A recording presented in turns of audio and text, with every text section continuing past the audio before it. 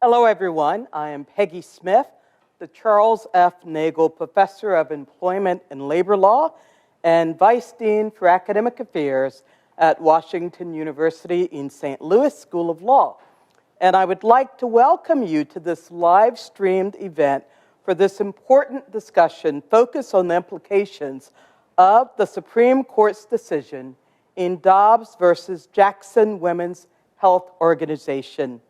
A number of people collaborated to make this event happen, and I want to thank everyone involved.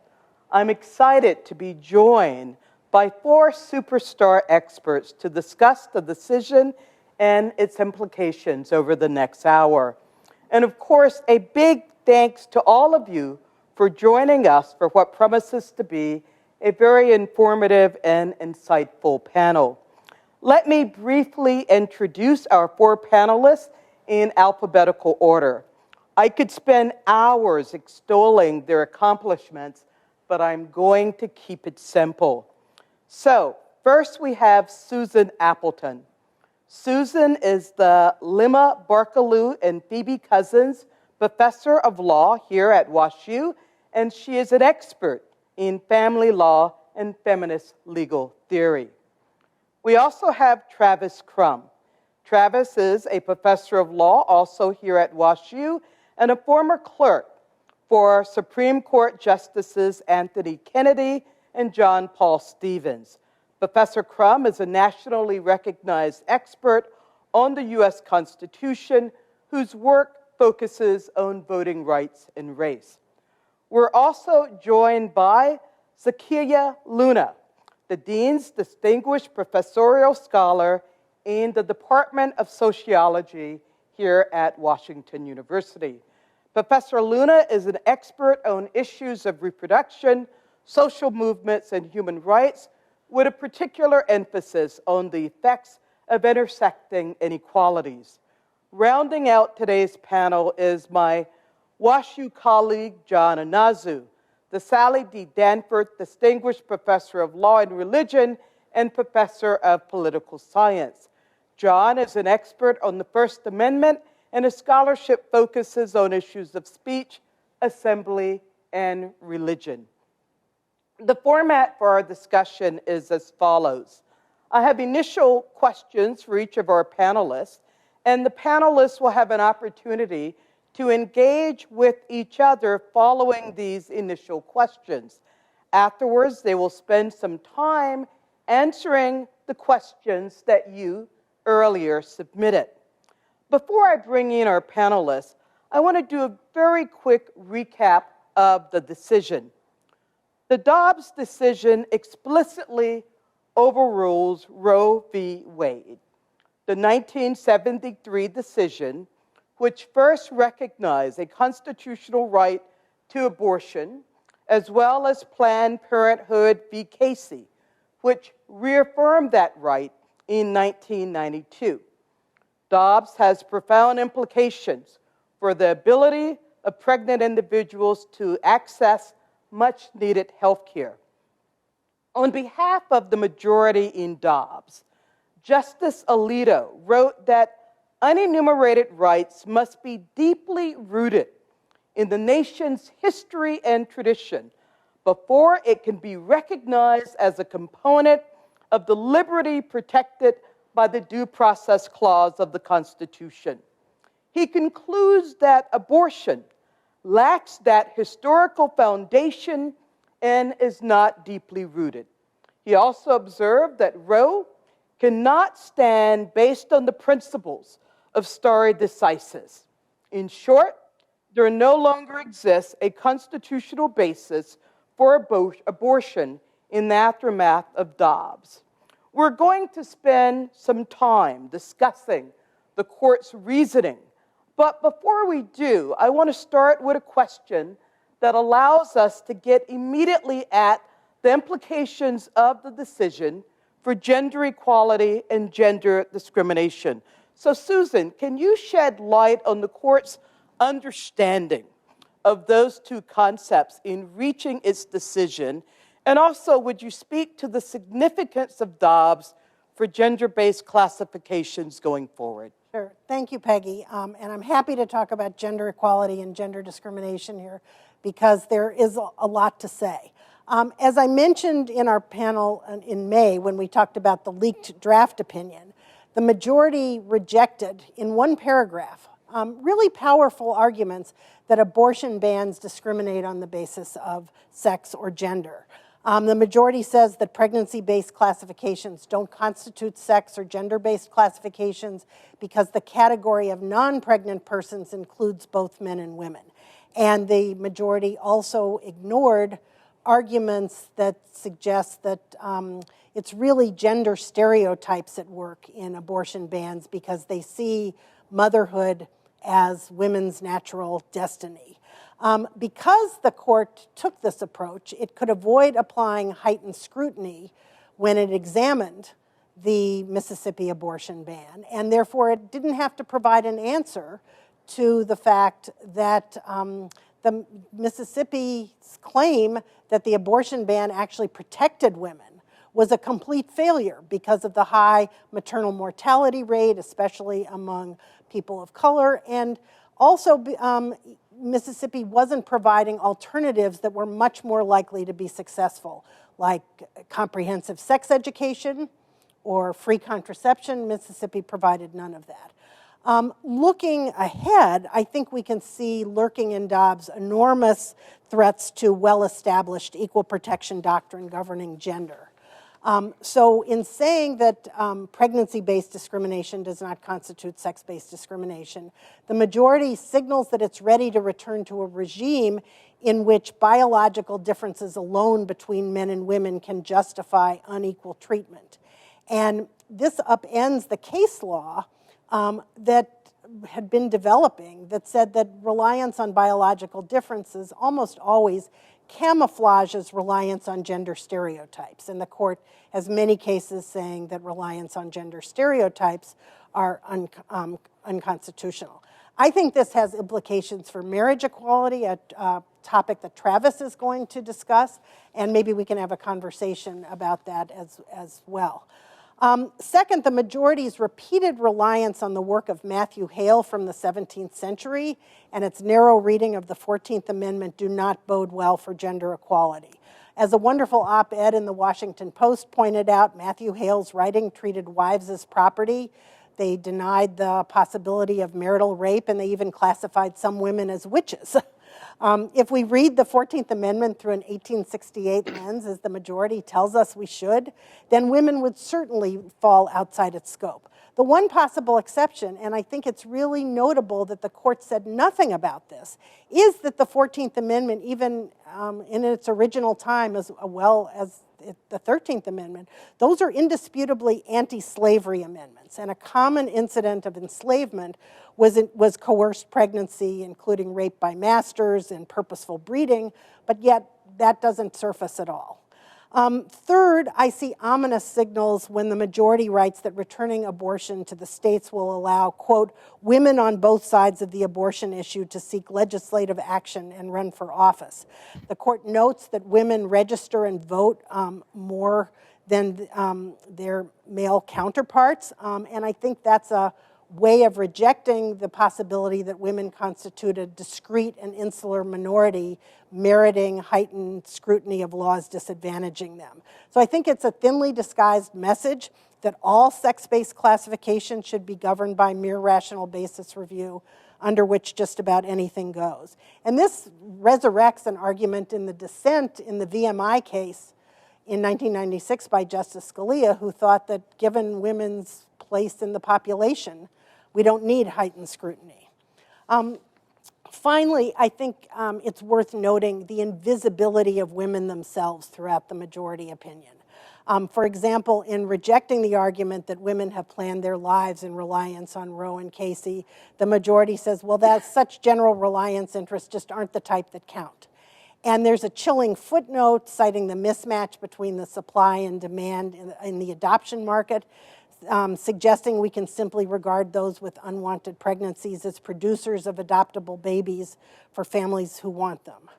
And last but not least, the court seems oblivious to the hazards of pregnancy and childbirth, including high mortality, maternal mortality rates, especially in states like Mississippi and especially for African Americans, and the way that abortion bans create serious risks in all kinds of health care, including, for example, miscarriage care. So I will stop there, but those are some thoughts about gender. Thank you. Thank you very much. So one of the things you noted was that the opinion indicated that, what's happening here is we're going to return this issue. We're going to return this issue to the people and their representatives. We're not going to look to say, is this a federal or a state issue, but we're going to return it. So that raises the question, what, if any, role do you think there is for the federal government to legislate in this area? And do you think a national abortion ban or a pro-choice law would be ruled unconstitutional? What are your thoughts on that? Well, I do think Congress has the power to legislate here. I think abortion is interstate commerce, and that provides one basis.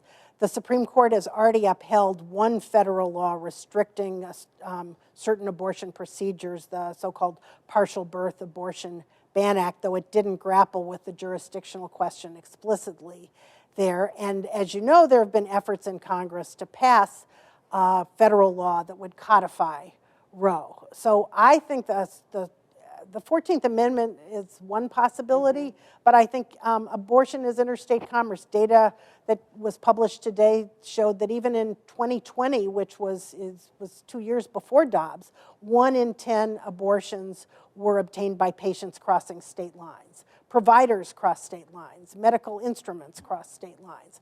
So I do see abortion as interstate commerce, but that could go in either direction. It means Congress has the authority either to protect abortion or in an unfriendly Congress to prohibit it. And assuming it went the other way, what about the constitutional arguments to support a law that goes the other way, a law that says, we're going to prohibit abortions? What is the constitutional basis? Right, what's that angle? I guess Congress, that's a great question, and maybe I'll defer to some of my other panelists, but I haven't been thinking about that precise issue, but it could be the 14th Amendment, because if Congress enacted a fetal personhood statute, then it would use the 14th Amendment and its power to implement the 14th Amendment to provide that sort of protection for fetal persons. Got it. Thank you. Thank you very much. Anyone else want to weigh in before I turn to our next speaker? I'll just jump in and just add a little bit to what Susan was saying about how abortion could be considered interstate commerce. I agree under current jurisprudence that would be true. I will flag that in the Gonzalez versus Carhart case that you mentioned, Justice Thomas said explicitly in a concurrence, no one has raised whether or not this would satisfy his stingier or more narrow reading of the Commerce Clause. And I think that Justices Gorsuch and Barrett are likely fellow travelers with him. And so I think you could actually see a very strange alignment of justices in a case like that. Now, it would have immense consequences not just for abortion rights, but also for the power of Congress to regulate vast swaths of our economy. But I think that's one thing to watch out for. And unlike in the partial birth abortion ban litigation, I would expect some of the abortion rights groups in those cases to maybe raise some of those Commerce Clause arguments that I think in the early to mid-2000s, they were reticent to do so. Thank you. Thank you. Zakiya, let me turn to you. So many commentators have pointed out that Dobbs will have a disproportionate impact on groups that face systemic barriers to care, including communities of color, low-income communities, as well as young people. So can you unpack for our audience the harm, the expected harm that Dobbs will have on those groups, and also maybe spend some time highlighting efforts to achieve increased reproductive justice? Thank you for the question, Peggy. I can. So I'm actually going to start at the end of your question with a tiny bit of defining, though, because I know there's audience members coming from a range of spaces. And so reproductive justice is a specific concept that was developed in 1994 by a group of black women who had been active around work around reproductive rights, but said, this choice framework and this idea of individuals who make these individual decisions is pretty limited for us, and we need to think about also the rights to have children and rights to parent those children, and that the U.S.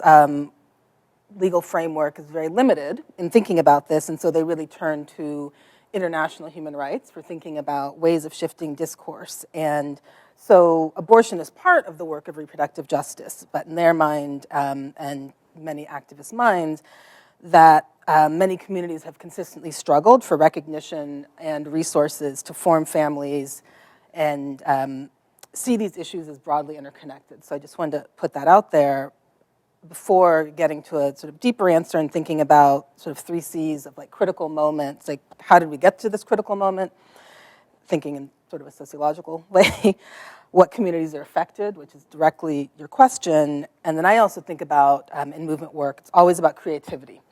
And so what are the creative ways that communities have been resisting, not just for the past month, but for many months and many years.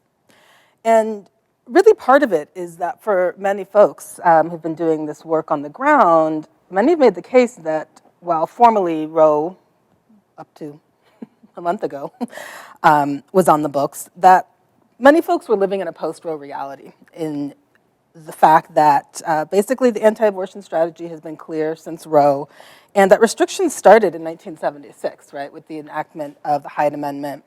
And I always, look back at Senator Hyde, and he was really clear, right, in saying that I certainly would like to prevent, if I could, legally, anybody from having an abortion, a rich woman, a middle-class woman, or a poor woman. Unfortunately, the only vehicle available is the Medicaid bill, right? And so, the Hyde Amendment goes into effect, and immediately we have, probably the next year, impacts on government employees, people in the military, people in the Peace Corps, and particularly Medicaid recipients who then as now were disproportionately, right, Black and Latino, and by definition, low income. And, there were some exceptions, right? And states could also choose to fund abortion beyond these federal exceptions, but as we know, there are multiple states that were slightly in compliance still. So what we're seeing, I think, and many people think, is the realization of Senator Hyde's stated end goal, right? We're almost there, right? But that's been the goal, to make it illegal for all women, and now I would say all people. And Hyde Amendment really began the normalization of abortion restrictions, particularly because Hyde Amendment was a budget rider, which meant it was renewed every year by legislators across the aisle, Republican and Democrat. Every single year, elected representatives that people had voted for said, this is okay. The people who fight our wars, our employees who keep this government running, people in federal prisons, poor people, they can figure out health care on their own. If they need an abortion, they'll figure it out with their own time of money, right? So people have been doing that for decades. And so this continues that. Now, of course, the impact, as many people have read in the news stories or listened to podcasts, or some people right, who the day of had appointments and literally, right, were crying on the phone with people at clinics saying, what do you mean I can't get an abortion, right? Those are real embodied impacts, and I think that's always so important, because I know for many folks who aren't as up on the law as you all are, and as I try to be, a law can seem really abstract, but really law is quite embodied, and that's what it means. And I was listening to an interview with the executive director of the Pink House about her saying, like, oh yeah, what this meant is that I sent patients to Illinois, right across the border from us. This is what this meant, that they needed to drive, and we could not help them anymore. So on the ground, what it means is that people who are already experiencing the impacts of not having health care coverage for abortion, not having the resources, it's just getting worse and worse. And I'll put in a plug for our colleagues' webinar next week, multiple MDs and who are going to be talking about the future of reproductive health care. But I think it's really clear, as with many things, people who have the resources will be able to move forward with the care they need, and other folks will continue to bear the brunt, literally, of this ruling. And we've already also seen the wider impacts, and I think Susan will talk about some of this, but around, for example, pregnancy loss, around miscarriage, right? That was already being criminalized in multiple states, and national advocates for pregnant women had already been doing pro bono legal defense work, and they literally, the day before the ruling, had put out their guide confronting pregnancy criminalization, a guide for lawyers, for policymakers, for doctors, in anticipation of this, and saying, we know that the folks who are most likely going to be criminalized even further are Black and Latino folks, right? And so I think, what was happening before Dobbs, this continues to be ramped up, and phone lines continue to ring for all sorts of places for people saying, what do I do now? What do I do now? How do I get care? Whether it's through calling abortion funds, through connecting with other networks, through trying to find misoprostol for self-managed abortions. It's just going to increase, and there is lots of creative resistance, which we can talk about further, because I know some folks are interested in that. But I think the fact is we're going to continue to see this, and I think this question around, will there be a national ban? Well, we know on the movement end, folks, that's been the goal from the 70s. So they're not just saying, oh, yay, Roe overturned. There was lots of celebrating, but they're like, great, moving on to what our larger goal is, which is, as some have said, really to make abortion unthinkable. Right? So that is, I'll end there, although there is hope, because there's always creative resistance. So. I recently read a New York Times article, and it was a spotlight feature on this organization in Mexico. It's an organization staffed by women, and what they do is they provide the abortion pill. And they reported that prior to the decision, they would get about 8 to 10 calls a day from women in the U.S., and that at the very moment the decision came down the next day, it's going up to about 80 calls a day. And what they're doing, right, they usually try to get the pill to women within 3 days. Yeah. And Yeah. the ripple effect, and of course, the question is, still unsettled the extent to which that will be able to continue to happen. A lot of variance with regard to individual states, right? What they're doing is they are packaging up the abortion pill. They're taking it to the border, and then it's being sort of shipped. Yes, and I think what's so important about what you're highlighting in that article is actually something that is really important, right? And that the sort of technological advances, for example, and the fact that we have misoprostol, right? So people have been choosing to self-manage abortion even in spaces where they've had broad access, such as California, right? Because increasingly, people also wanting to have that sort of timing and control for self-managed abortion, and we've seen the rise of organizations like If, When, How, Lawyering for Reproductive Justice, which, there's a chapter here, and starting, the Repro Helpline, so people can call. And we've also seen the rise of other spaces, like the Digital Defense Fund, teaching people how to cover their digital tracks, because as we've also seen in various cases, the digital footprints that are left from things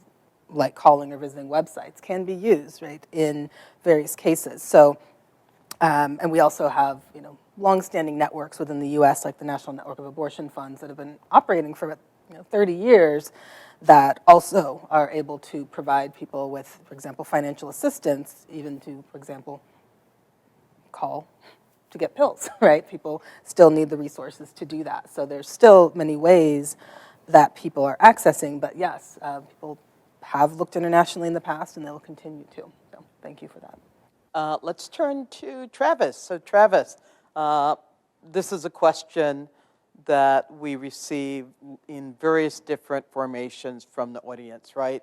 So the opinion sort of goes to some lengths to try to provide assurance that this is just about abortion.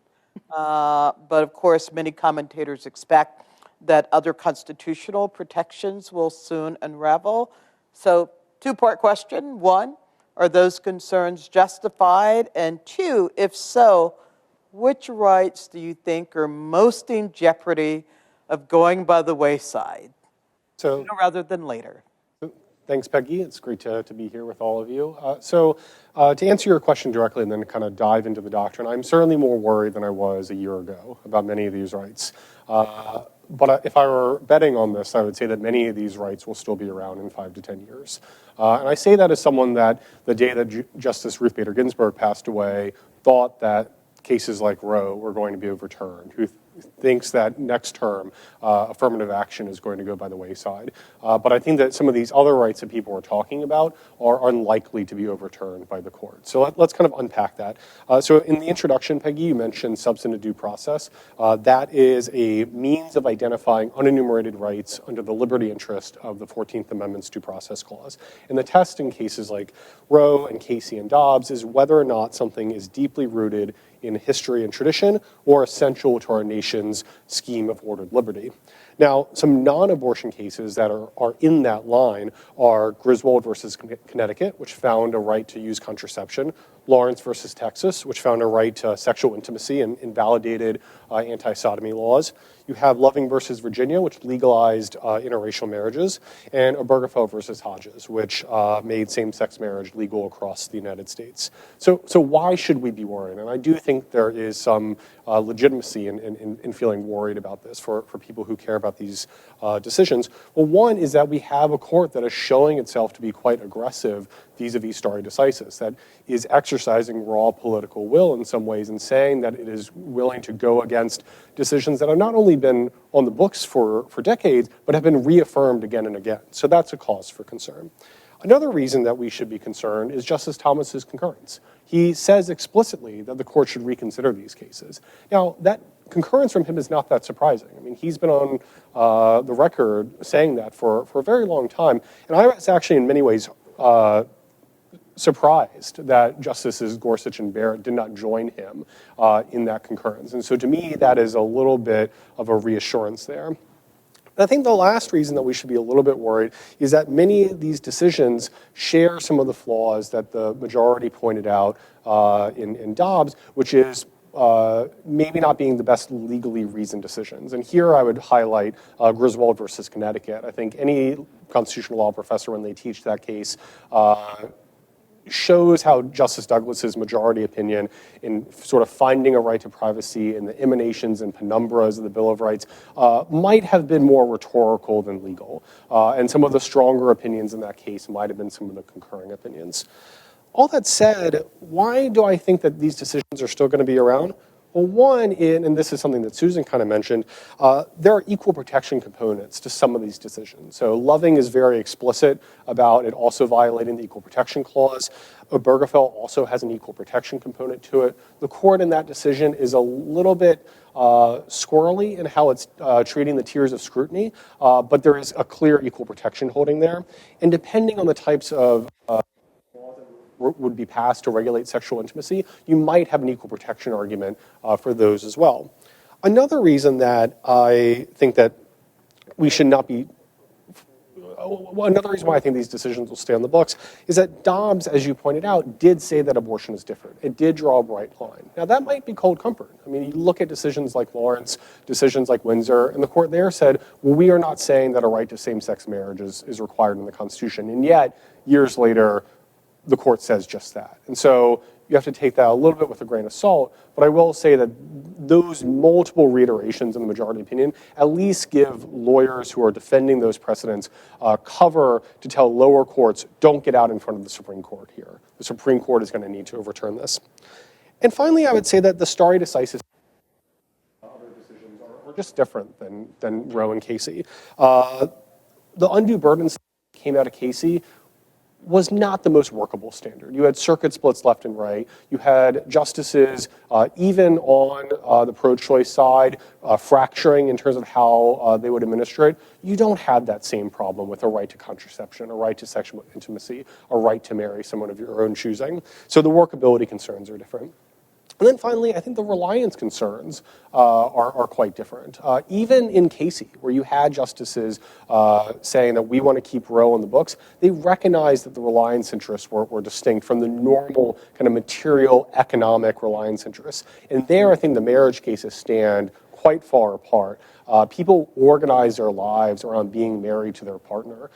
It touches everything from the deed on their house to their car to trusts and estates to rights over the welfare of their children. And so the reliance interest there could not be higher. And so that gives me comfort there as to why I think those decisions will stay on the books.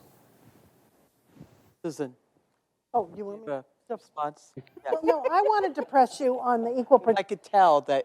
I wanted to press you on the equal protection aspect of Obergefell, particularly because gender-based discrimination is one argument that actually was used a lot in the pre-Obergefell cases in the lower courts.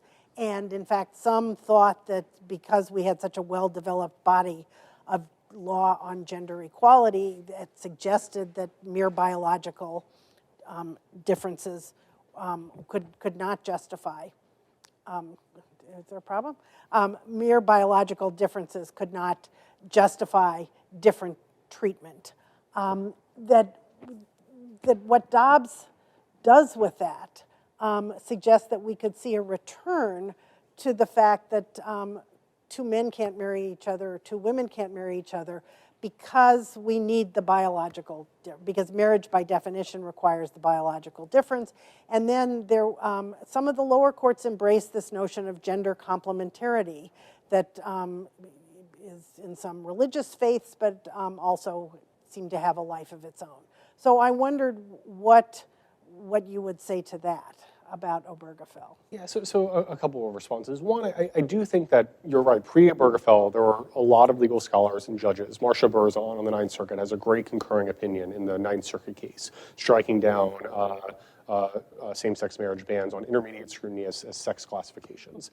And I think Obergefell itself has a lot in it that is identifying the kind of traditional factors for discrete and insular minorities, the history of discrimination against LGBT persons, the sort of lack of political power, those types of factors you see sprinkled throughout the opinion. Now, again, you don't have a holding from the Supreme Court clearly saying that sexual orientation garners intermediate scrutiny review. But I guess where I would push back on your earlier comments about what does Dobbs mean for sex-based classifications, I don't think Dobbs was kind of making new law there. The law on pregnancy discrimination not being sex discrimination has been on the books since almost as long as Roe was on the books.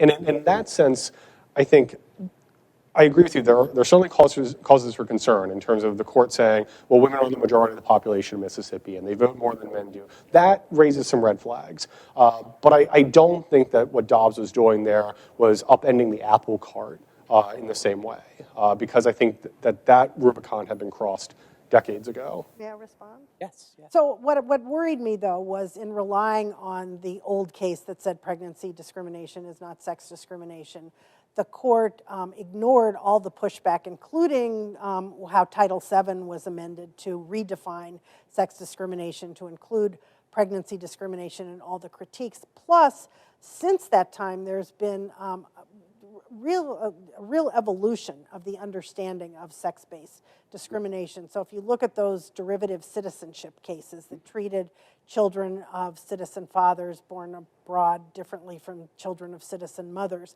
at first they really did latch onto the fact that mothers are biologically different from fathers.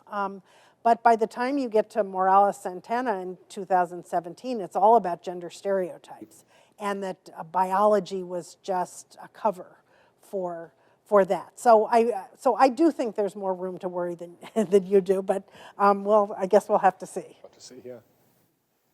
So with that, we're going to turn to John.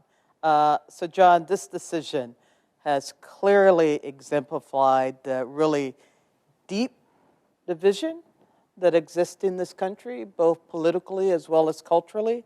So how do you understand that divide when it comes to an issue as important as abortion? And do you see any real hope of forging common ground in light of not just abortion, but there's so many hot button issues that track the division with respect to abortion? What are your thoughts? Yeah, thanks, Peggy. I think finding common ground right now seems hard, and so maybe the predicate question is, can we even talk about these things? And so let me give you first why these issues are hard to talk about. With the example of abortion, there are at least three questions always in play. One, what is abortion as a moral or ontological matter? What's going on in the act of abortion? Two, what should a policy about abortion be? And then three, how should, if at all, courts and constitutional law come in to either limit or expand that policy? So there's the moral question, the policy question, and the legal constitutional question. And those are always kind of swimming together, and they're often very hard to disentangle. Law professors aren't necessarily any better at understanding one or two than anyone else. You know, some have expertise in the third, but as I like to tell my students, professors are people too, and professors have views as well. And so it's very hard to have analytical discussion and precision when all of this is also in the background. So two worries I have about just the conversation, let alone finding common ground.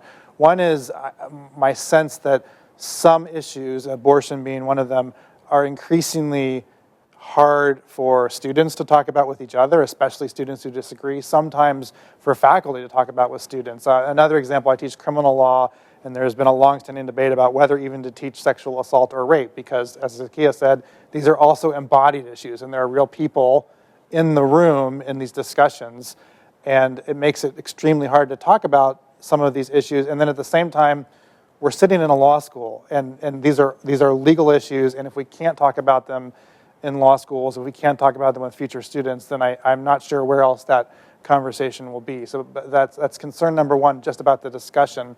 The second concern about the discussion is really going back to issue number one. What is this act of abortion? What's the moral ontological status of the act?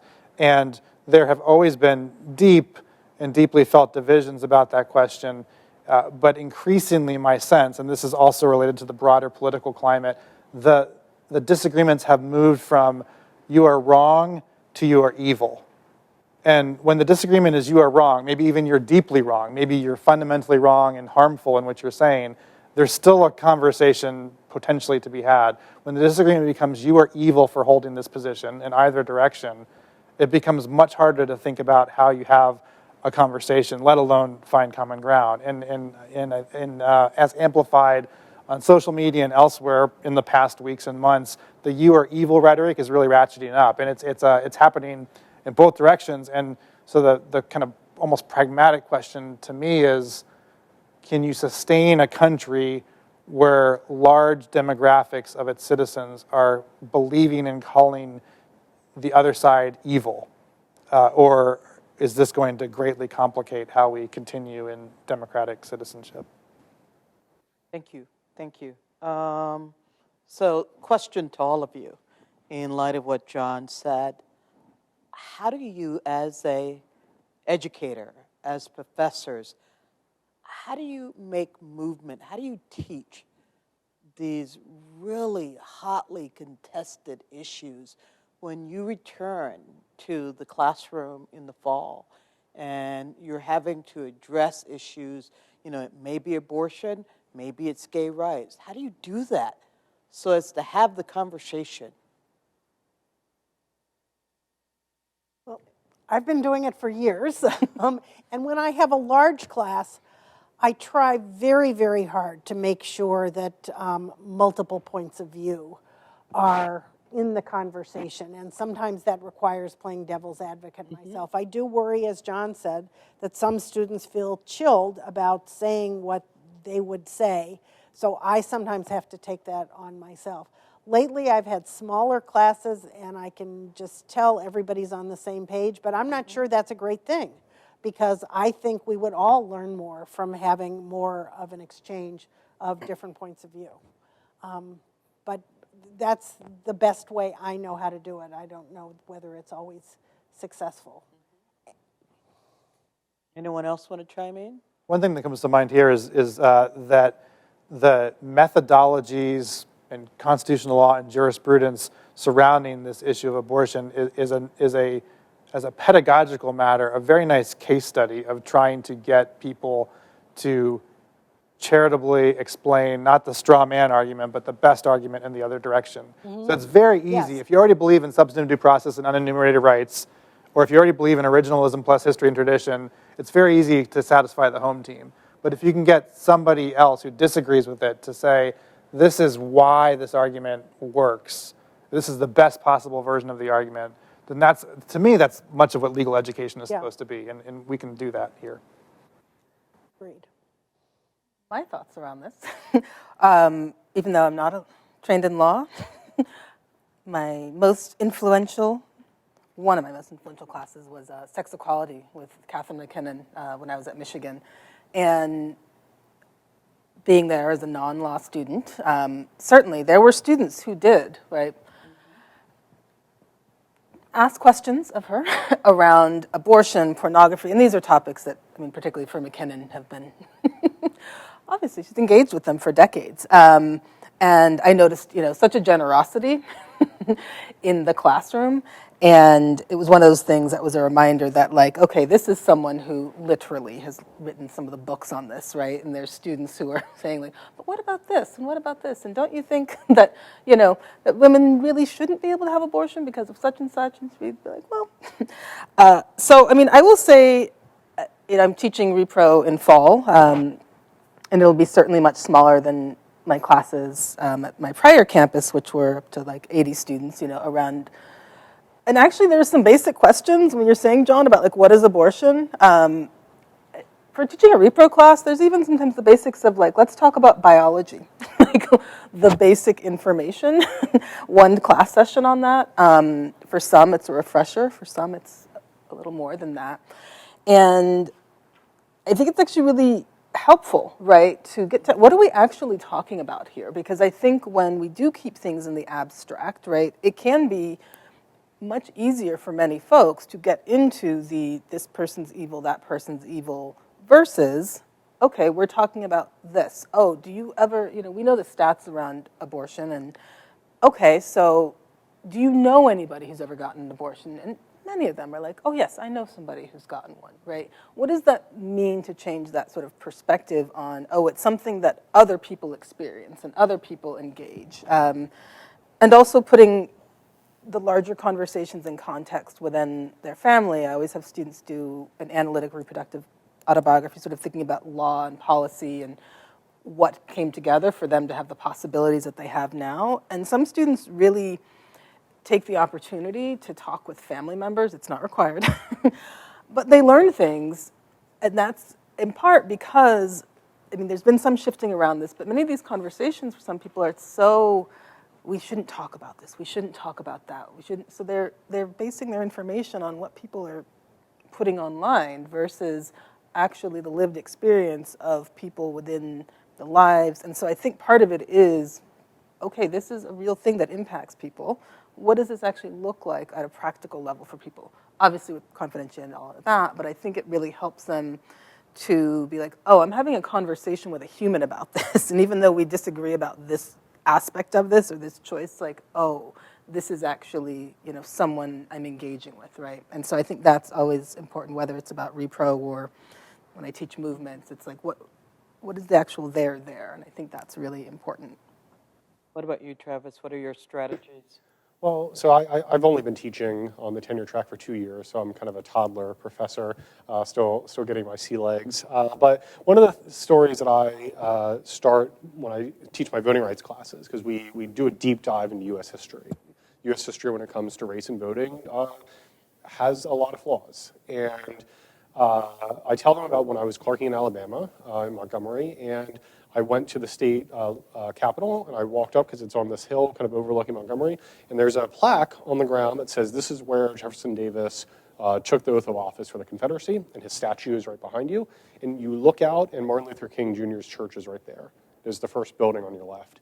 And it's a fascinating juxtaposition of American history. And so to have a city like Montgomery, where the best and worst parts of American history happened like cheek to jowl, that to me is emblematic of like, we need to have these hard discussions. We need to know the history.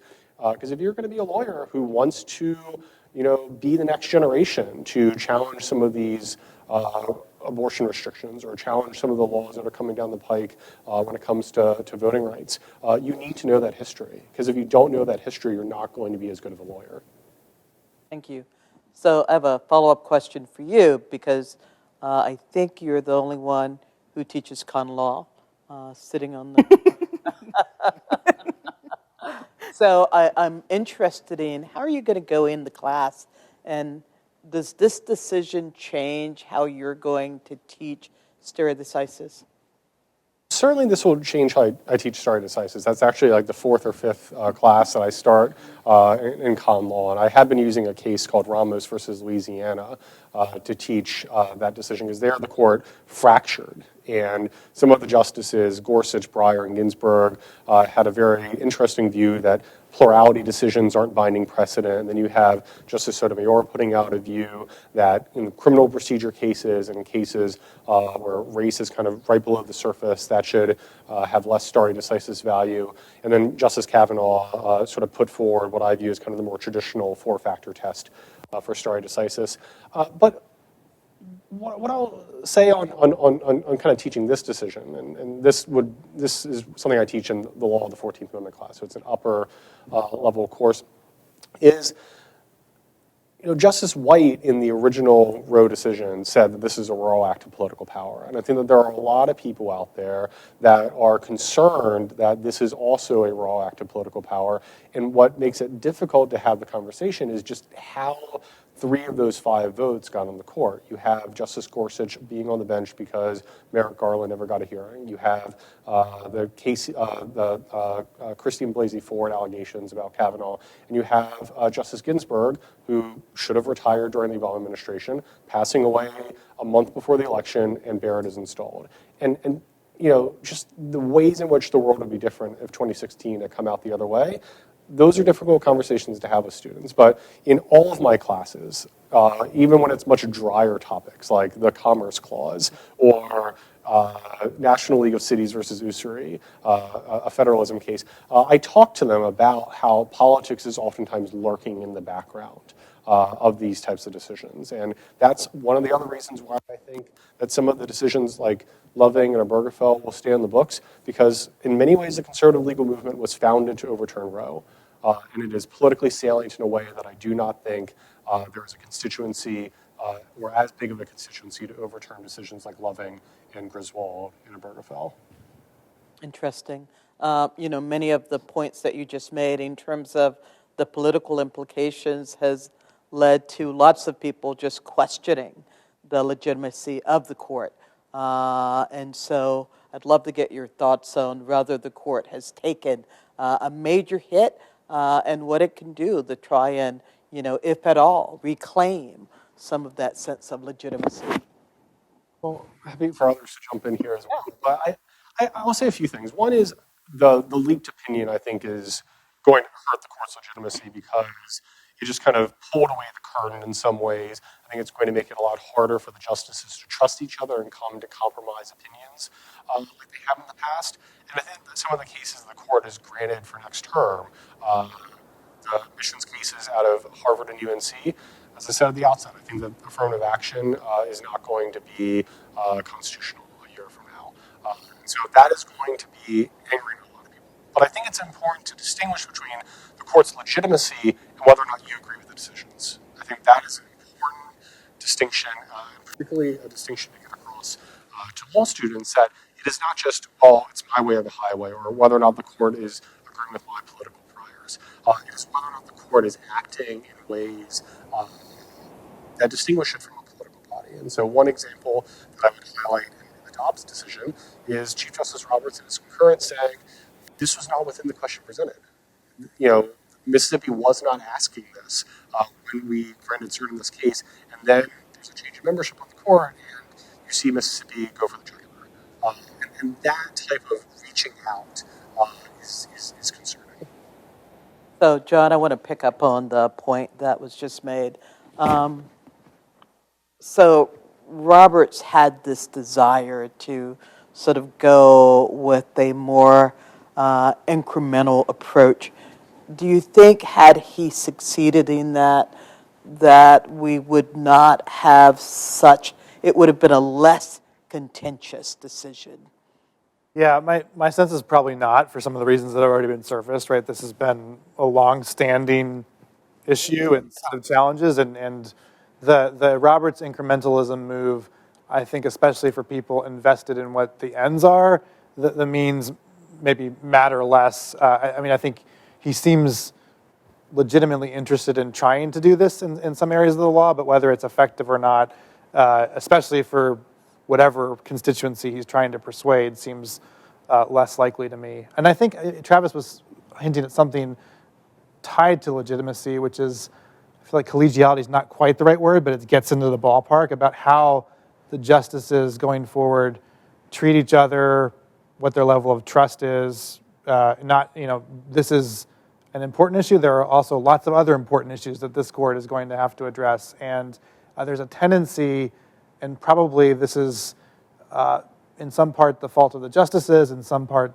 our fault, or the citizenry's fault, but the tendency to, as Jeff Pallet-Duke said, transform judges into superheroes and want to put too much weight on who they are as human beings. And then you see some of these justices starting to almost reflect that in their writing. It becomes snarkier, it becomes more grandiose, it becomes more cheeky. There's questions about who they're writing for. Are they writing for their own legacy or trying to get into case books? And those seem such distracting and unhelpful areas of focus for judges to be interested in. And if there are ways, I don't know the answers to this, but if there are ways that we could return judges to being judges, we would all be better off. So I'm really glad that, John, you brought up the tone of the opinions and snarkiness, because I did find the Alito opinion, particularly when I read the leaked draft, to be very arrogant, disdainful, almost manipulative. And we've seen sharp tongues before among the justices. Justice Scalia stood out. But I really did expect by the time the final version of the opinion came out that the tone would have been slightly different, that some of the other justices, as the price for joining in, would have required toning it down. But they didn't. And so I don't know what that means going forward about not just Alito, but the other justices who joined in that opinion. Because you could have easily reached the same result without all of the, I thought unnecessary disdain shown for, and Kavanaugh tries to say that. Kavanaugh says, I think everybody on both sides of this issue has tried hard, and I respect all the justices who have addressed this issue, but he stands alone in that. And interestingly, this particular dimension of how the justices relate to one another is not just along partisan lines. So you have in other cases, Gorsuch and Roberts really amping up the rhetorical flares and really lack of charity in a number of cases. And so how that goes forward in lots of cases will really matter, I think. Yeah, and here I would just add that this is one of those fascinating counterfactuals where we don't know how the leak would have affected the final opinion. I mean, I could easily see someone like Alito saying, well, I'm just battening down, and I want it to look as similar to what was leaked as possible. Obviously, there's, responding to the concurrence and to the joint dissent, but, we're on which that draft had not been leaked. I wonder if he might have been more open to kind of, tamping down on some of that language. So we have a couple more questions that I want to get in as we're coming to the close of our hour. So someone submitted the following question. Suppose a pregnant resident of Kansas City seeks abortion pills from an Illinois doctor. Do you think that the person could be prosecuted, the resident or the doctor? So this is a very hot topic and a very unsettled issue these days. And as a conflicts of law teacher, it really brings together several areas in which I've researched and taught. At this point, we don't have any state that has tried explicitly to reach out beyond its borders to target conduct by a provider or a patient in another state. But proposals certainly have been made in the Missouri legislature. And Missouri does have some other laws on the books related to abortion. For example, helping a minor get an abortion out of state without parental consent subjects the person who helped to tort liability. But these are areas that could have occurred in any number of contexts of activity that's banned in one state but legal in another, whether it's gambling, whether it's using recreational marijuana, whether it's surrogacy arrangements as part of assisted reproduction. But states have not tried to reach out. Here they might, because I really think the stakes are high and they really are seeking to eliminate abortion wherever they can. And so you could have arguments under due process, full faith and credit, privileges and immunities, privileges or immunities. The right to travel, Justice Kavanaugh said in his opinion, we don't have to worry about the problem of the traveling patient because of the right to travel, but that's another unarticulated right, although there is a little bit of precedent on it. So it's very unsettled, and I think we'll have to see. This is where I think Congress could step in a more modest way by dividing up the turf under the full faith and credit clause. The specific question you raised maybe suggested that the medication was mailed. And last I heard, mailing, the U.S. Postal Service is under federal control, as is the FDA. So I do think there is federal authority over those areas, and that might make that version of the interstate question less difficult than some others. But In your answer, you mentioned surrogacy. Yeah. So I'm going to start with you, Zakiya. What's your sense of the impact of the Dobbs decision in terms of assisted reproductive health care options? Have you thought about that at all? Like, I think of that as a little bit more Susan's area. Is it? Well, no. So I mean, it is true that banning abortion on the theory that personhood begins at conception could have serious implications for example, in vitro fertilization, which entails the creation, manipulation, and often destruction of human embryos. Missouri has a statute that says that life begins at conception. It's not clear whether conception means implantation, fertilization, and there are some foreign countries that have strict policies, for example, that don't allow freezing of embryos. But again, I think this is one of the big question marks left by the opinion, but it's certainly something that we should be paying attention to. Thank you. So we could continue this discussion for hours, but we're not going to do that. Before we wrap up, I want to give our guests an opportunity to make sort of concluding comments. So your concluding thoughts, and we're going to start with John this time. Not much from my end. I think, I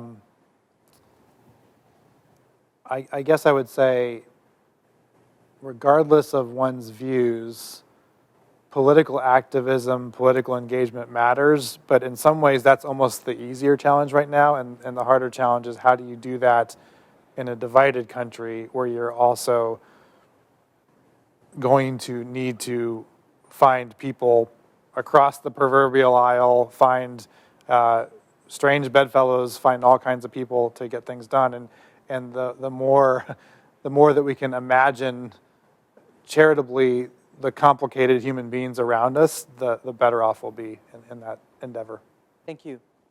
So Travis. I'm going to do something that is not very academic and plug someone else's work rather than my own. So there's a forthcoming law review article in the Columbia Law Review called The New Abortion Battleground. It's available on SSRN. It's cited by the Joint Dissent. And that goes through a lot of these kind of post-Dobbs questions of, can a state ban a woman from leaving the state in order to obtain abortion? Can you mail abortion pills using FedEx or the U.S. Postal Service, and it really does a deep dive into that. So for those who are watching at home who are interested in those questions, I would commend that article. Thank you. Zakiya. Yes, I promise that there's creative resistance, and I think it's important. It's surprising for many people that there's already well-organized national networks, even international networks, like the National Network of Abortion Funds and other spaces where if people are concerned and want to help expand abortion access, they can get involved, whether with money or a ride or a place to stay, and be properly trained to do so. And in this world of Zoom and online everything, there's so many spaces online. Operation Save Abortion just had a huge training with 10,000 people on Sunday, and so many resources and spaces that people can access. Some of the questions were about, what do we do? There's plenty of space. And this is also, this has been a long process. So for those interested in making shifts in the other way, it's going to take a long time, right? So this is about the long game. So hopefully people will stay in community and creatively resist. Thank you. Susan? I guess I would say stay tuned, because this is not the end, but the beginning, and we don't know where the path is going to lead us. And I would also say pay attention to the data.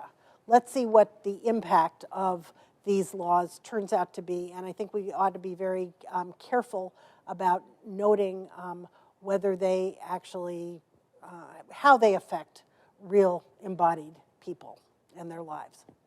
Well, as Susan said, stay tuned. I am super grateful for everyone who joined us today, as well as our panelists. So thanks everyone for attending.